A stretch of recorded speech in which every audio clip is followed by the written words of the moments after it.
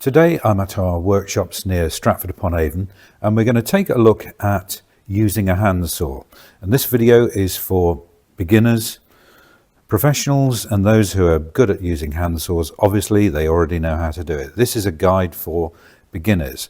And first things first, let's look at the tools that you might use for using a handsaw and cutting wood.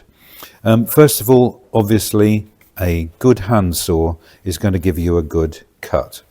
So these are two new saws that I've bought because my old ones were very worn out.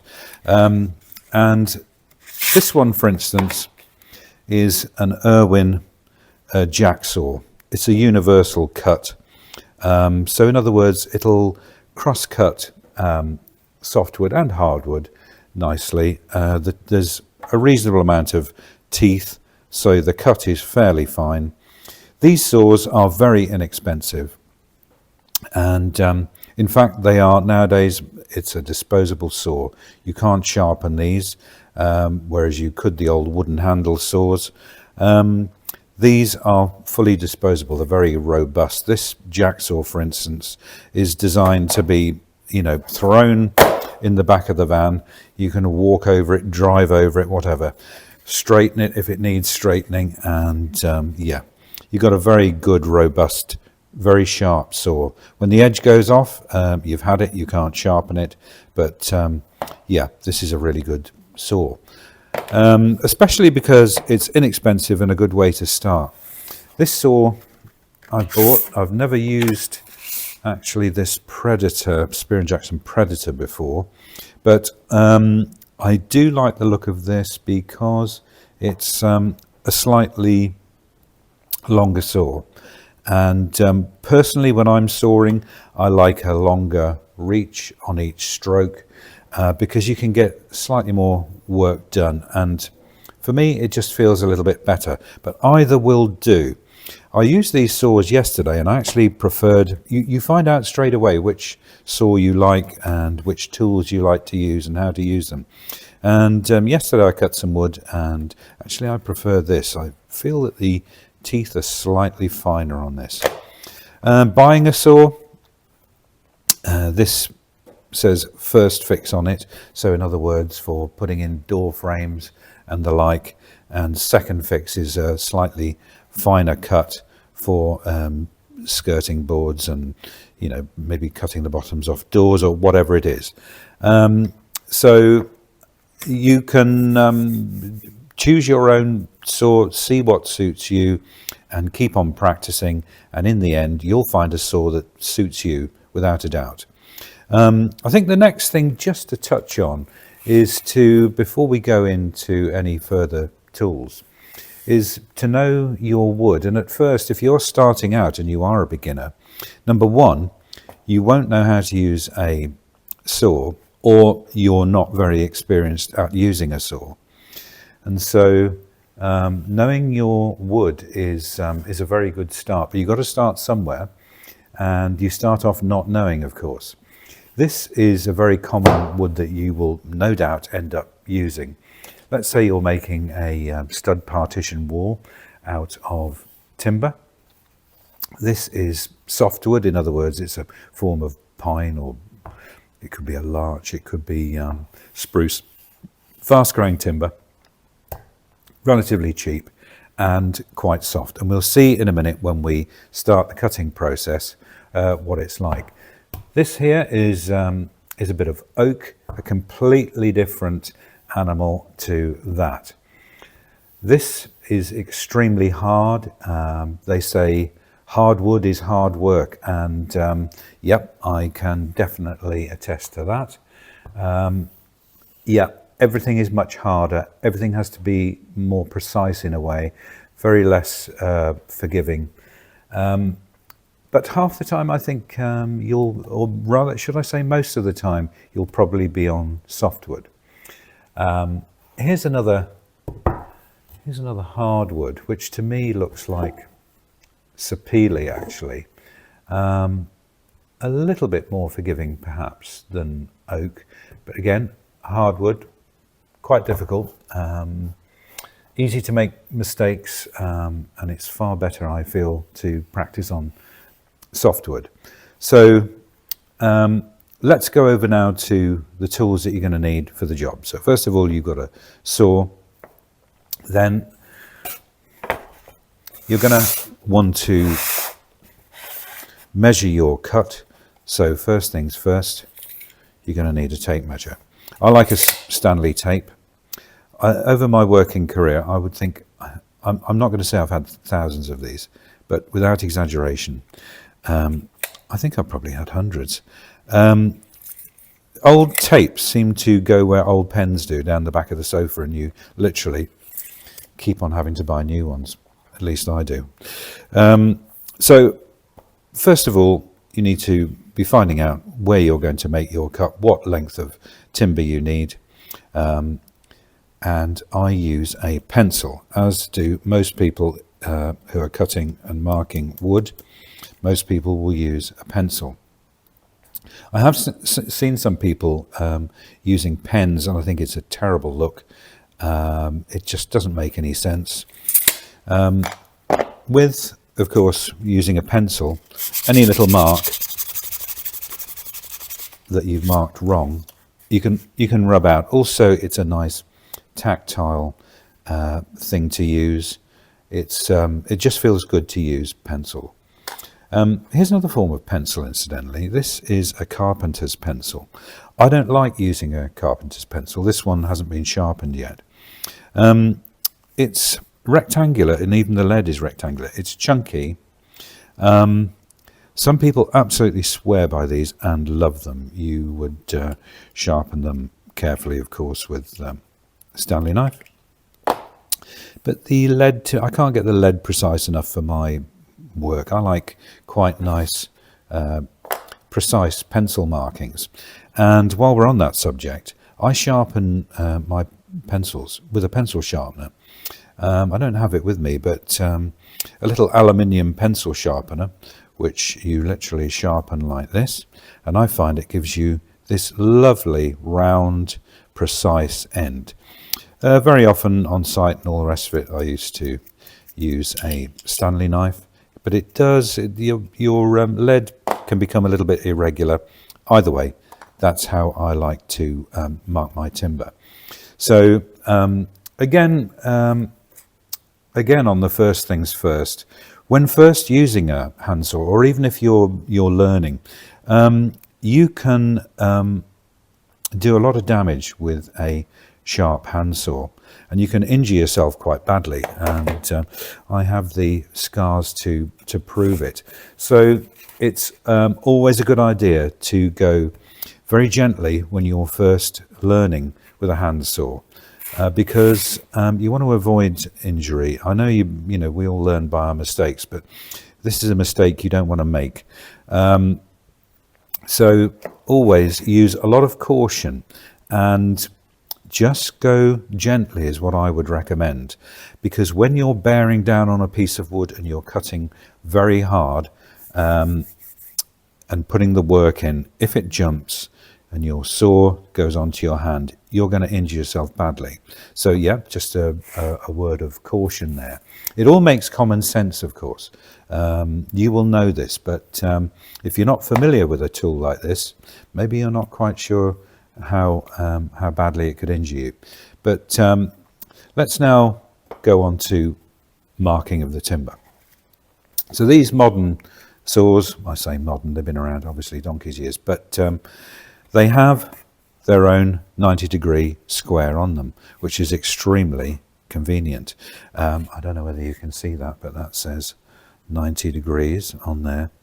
And this is molded into the saw blade here, and because this is a robust saw, it gets kicked around, whatever, or it can do. Yeah, because it's molded, it stays put and it never deviates and never goes off 90 degrees, to my experience. So you can feel straight away by a little bit of a wobble whether you've got a good firm connection here, so that you're not off at all. You need to make sure that you pull this firmly towards the wood, And let's say you want to, let's say you've measured to this point here, which is 70 mil. You've put a little mark on the wood, and you just ease the blade towards the mark. Just test it by running your pencil on it. Yep, is that in line? And then you don't need two. I'm just doing two for the sake of it, so that it marks up quite nicely for the camera. It's good also then to mark up for the vertical cuts as well. And actually we'll get onto these vertical markings actually when we're at the workbench. It's a little bit awkward here. So next thing we would want to look at is this square. It's a try and mitre square. If you don't, for some reason, if you don't want to use, it's quick and easy to use this square marking. Plonk it on, mark it. Sometimes, you know, you just don't want to do that and you're, for some reason, happier with a square. This is obviously how to use that. This try and mitre square does a 45 degree as well, and we'll get onto that when we're on the bench. And actually so does this saw here. So that does a 45 degree cut like this, and so does this one. Incidentally, when you're using a saw like this one with screws in, sometimes if you've dropped your saw maybe onto a bit of concrete or something, things like this do happen. If the saw has had a hard knock, these screws can get slightly out of place, and the handle is no longer at 90 degrees, this square. It can be a fraction off. So it's always a good idea to, I think anyway, to test your 90 degree angle, not necessarily with the jacksaw with a moulded handle, but with a screwed handle like this. It's always an idea just to make sure and check that this is 90 degrees. And the double check is to go both ways and make sure that it's on the line both ways. If it isn't, by the way, and it's shifted in position, your saw is still good, but it's a little bit older, undo the screws, set it all back up again at 90 degrees, screw them in very hard. That's what I've done in the past, and you're sort of good again with that 90 degrees.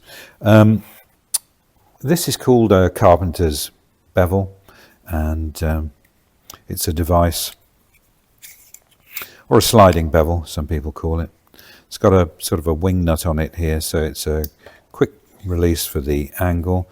You can manipulate that around, so if you're in a tight space or whatever it is, sometimes if you're measuring an angle and you can't get the full length in, you withdraw the blade a little bit. And so you might use this, let's say you're putting a roof on your porch and there are two cuts on the rafter, the top ridge cut and the bottom cut. You don't necessarily want to be setting a angle up for the top cut, then releasing it, taking the bottom angle, then going back up, changing it again for the top. I have always had two of these, and it's so you can set two cuts up basically.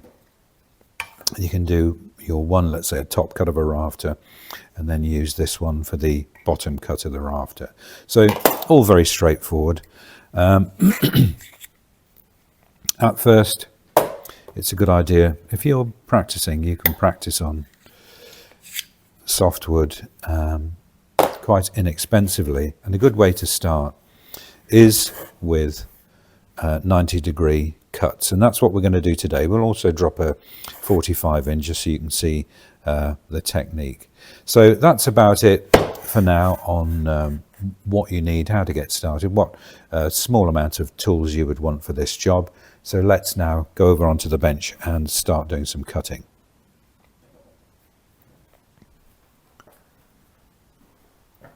Okay, so we're at our bench now, and this is a lovely old Black & Decker Workmate, which I bought just because I could. It's a thing that came out in the, 1970s, was it? Something like that. And I did have one for years and years. It completely wore out, and although I am retired from the building trade now, I thought these are just such a lovely thing to have. I bought one. So there we are. Let's get down to the job at hand. So first of all, you will have a measurement, no doubt, that you have in mind. Let's take little small amounts off here and make a number of cuts so you can begin to see what the whole thing looks like, one cut after the other. So, I mean, let's say you wanted to go 20 millimeters is there, and you would either use your square. Here is the mark, let me put it in, and you bring your square up to the line, or you would be using your saw as a square. I personally like to mark all round, rather three sides. You can't see what I'm doing here, but I've gone vertically up the back using this edge tight against here. Sometimes I give it a little wobble to make sure that I'm on the line, and also then you come up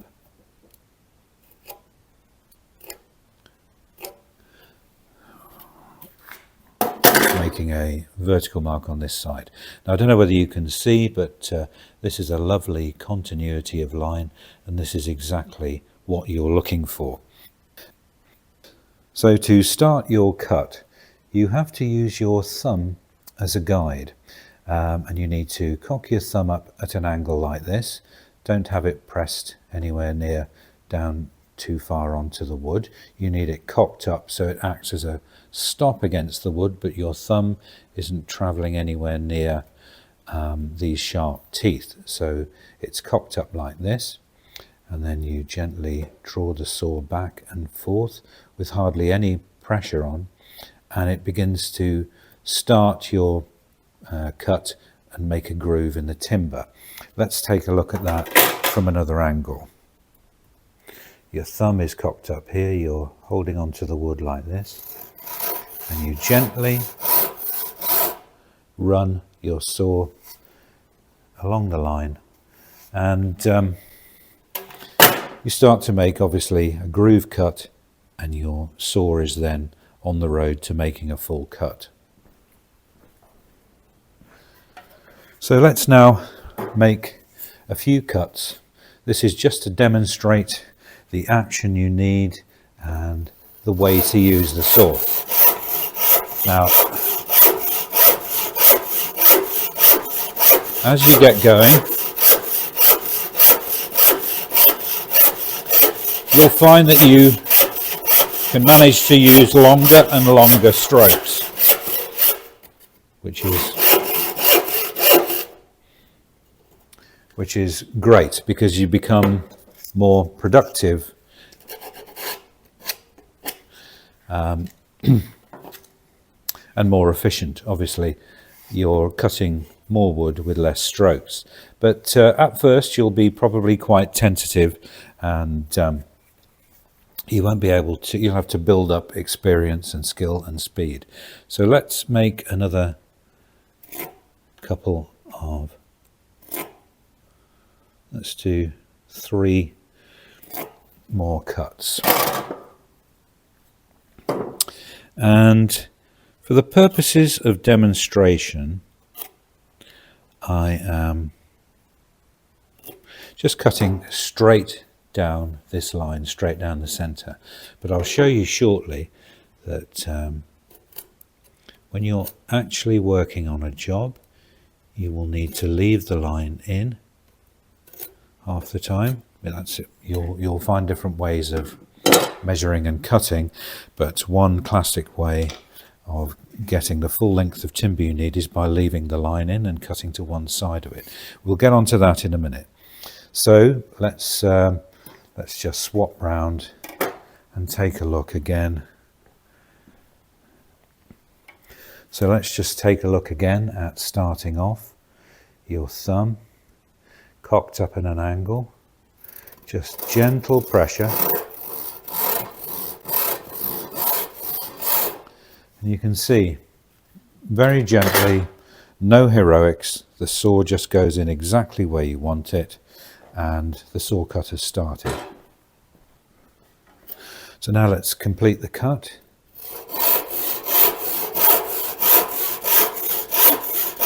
Nice and gentle, keeping an eye on this angle of the saw here, because you want to end up with your cut going down here.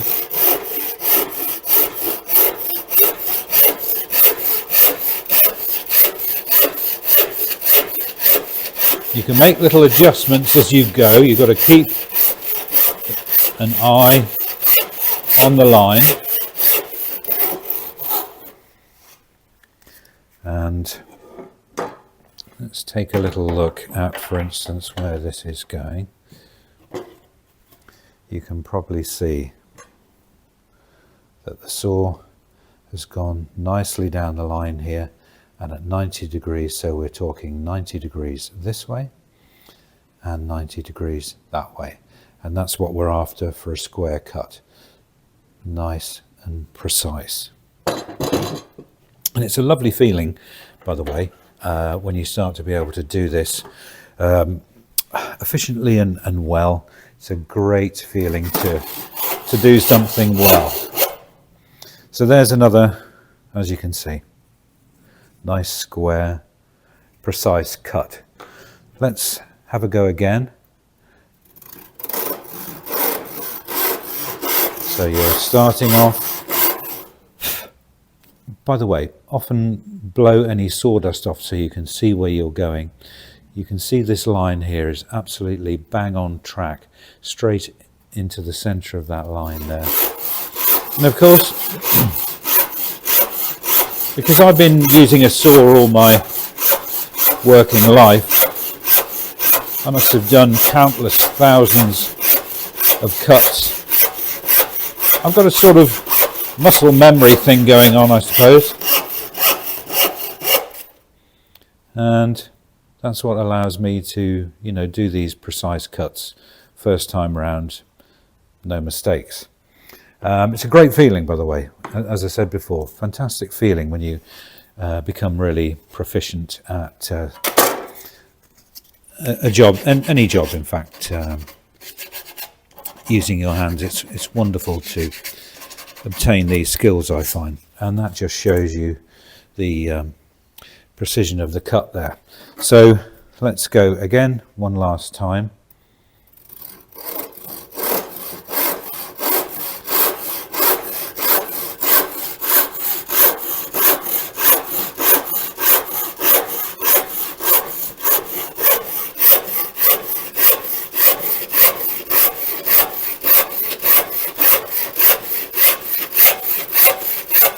You can lengthen the stroke of your cut when everything's going really nicely. You know you're on track. You know you're going straight. Sometimes when I make little adjustments, I shorten the stroke just to try and get things back on track. And there we are. Yet again, a lovely square cut. Let's actually now have a go at doing a 45-degree cut, because starting it is slightly more difficult, because the saw naturally, when you're going at 45 degrees, I'll show you in a minute, let's do here, shall we? So we don't waste too much wood. And let's also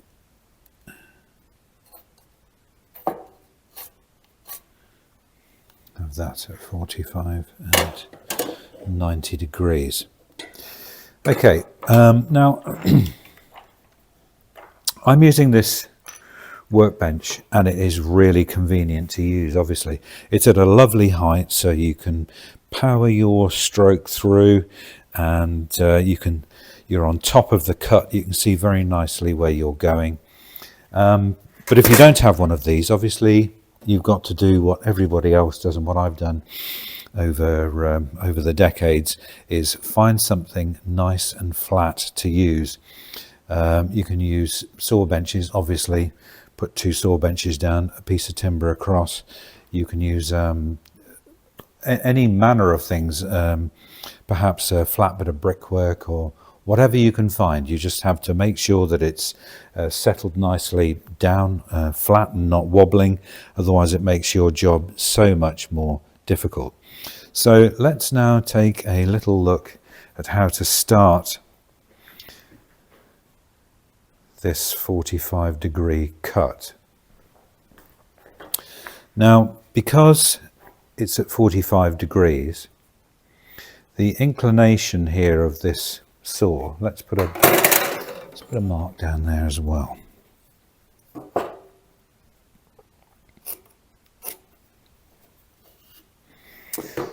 The inclination of the saw really is just to jump that way a little bit. So let's again use my thumb. So just taking a look at using my thumb as a guide. First of all, you just want to make sure that your cut has started nicely where you want it, on the line that you want. And once that's started, then you can start going to town a little bit more.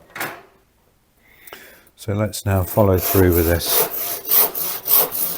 45-degree cut.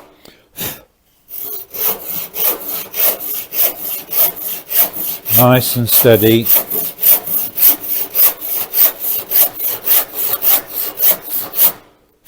And as you can see, I'm going sort of flat and then down a bit. You'll do this naturally after a while, and you'll just get a feel for it.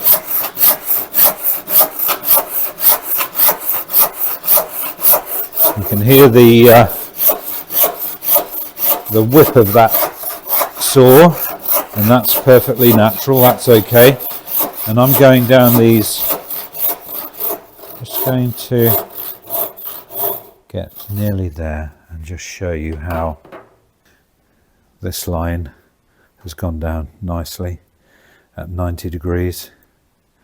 This has gone off nicely at 45 degrees. And this 90-degree angle here has been cut straight down the line as well. Again, a really nice feeling to be able to do this and not deviate from the line. And it just makes for, you know, carpentry work. Carpentry work should be precise. And the better you get, the more precise you can be. And I think you'll find that if you're anything like me, your brain starts to think all things carpentry and your mind starts to work in this way. So let's now just have a go with the other saw. I'm not such a fan of this Spear & Jackson saw. I find the teeth are a little bit, they're bigger teeth. Yeah, you could do some work with this. Starting the cut-off is a little bit jumpy with these. So let's have a little go, mark this up. And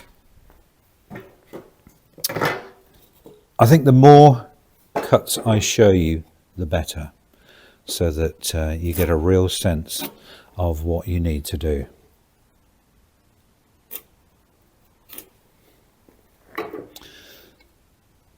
So continuity of the line is really important. And let's actually just show cutting on the left hand side of the line. So let's say you've measured to a certain point and you want something that's, should we say, 200 mil long. You want all of that length, obviously, for possibly like an interference fit. So we would be cutting down the left hand side of this line and actually leaving that pencil mark just slightly on the wood, so that you retain all of that length that you want in the first place. Now, this saw, now do you see what I mean? It's digging in, whereas this one is, you can see, is much softer the way it's going in. This one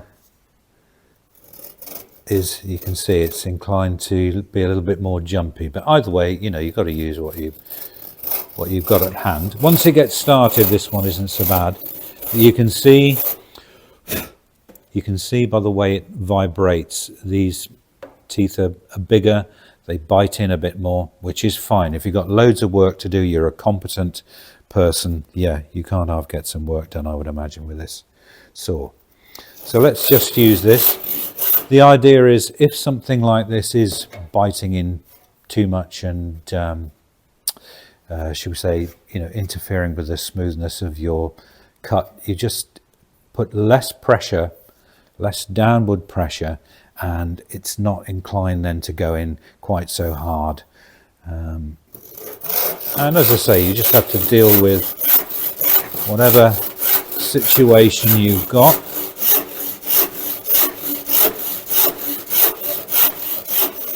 Now I'm leaving just an absolute fraction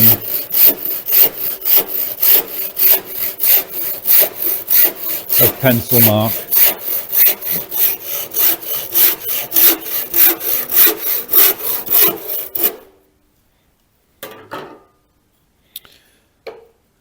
So you can just about see the pencil mark on it. So that way, yes, you end up with the full amount of timber that you want. So this is very much a beginner's guide to using a handsaw, the tools involved and how to use them. And like everything in life, I'm sure that you'll find that as you build your experience and skill, things will become obviously a lot easier. And so I hope you found that useful, and bye for now.